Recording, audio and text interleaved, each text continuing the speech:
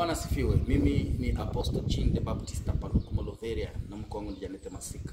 Ninawakaribisha kuweza kunifuata katika siku ya leo. Leo ni siku ya Sunday ambao ni siku ya kumwabudu Mungu, kumtukuza Mungu.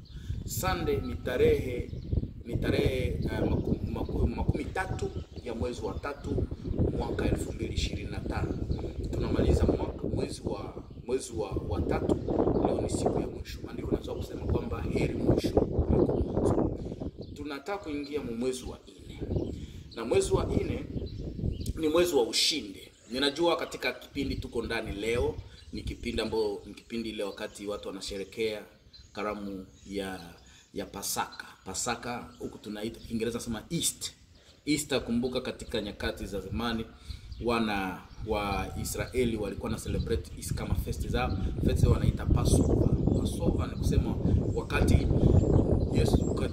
Mungu alikumbuka na kusikia sauti ya kilio ya wana wa Israeli katika nchi ya Misri, aliambia Musa kwamba achinje mwana kondoo na pakae damu kwenye vizingiti vya mlango wakati malaika atapassover, atakapopita kifo hakitaingia katika nyumba ambayo inapakwa damu.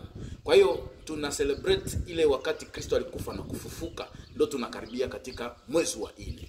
So ile namba 3, kumbuka Yesu aliambia wanafunzi wake kwamba kisha siku 3 anasema nitakufa lakini kisha siku 3 nitafufuka nitawaona. Kwa hiyo shifre 3 iko shifre ya divinity, ni ya divine number. So ndio namba 3. Lazima mwana wa watu afufuke kisha siku 3. Hiyo namba 4 ambao ni mwezi wa 4 April ni wakati Kristo ni namba 4 ambao na namba 4 ndio siku 4. Nyuma ya siku 4 Kristo alimwendea Lazaro wakati alipokufa, akakwenda kumfufua kisha siku 4. Ni kusema siku 4, namba 4 ni ufufuko ya mwanadamu na namba 3 ni ufufuko ya mwana wa Mungu. Mbele ya mfufuko wa mwana wa Mungu lazima aende kufufua mwanadamu. Ndio maana maandiko yanatuambia kwamba tumefufuka pamoja naye na anatukalisha kwenye kiti chake mahali anapokaa pale kumkono ya kuume ya mwana wa Mungu.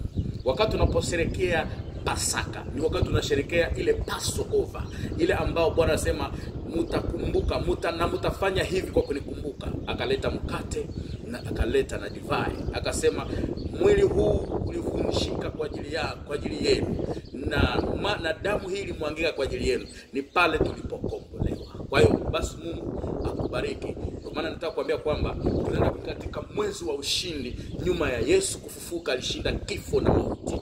Kwa hiyo kuingia katika ile mwezi wa 4 ni pale ambapo Mungu aliweza kumfufua Lazaro, ufufuko. Watu wengi katika mwezi huu, mambo ambayo yalikuwa yanazikwa yatafufuka. Maisha yako yatafufuka.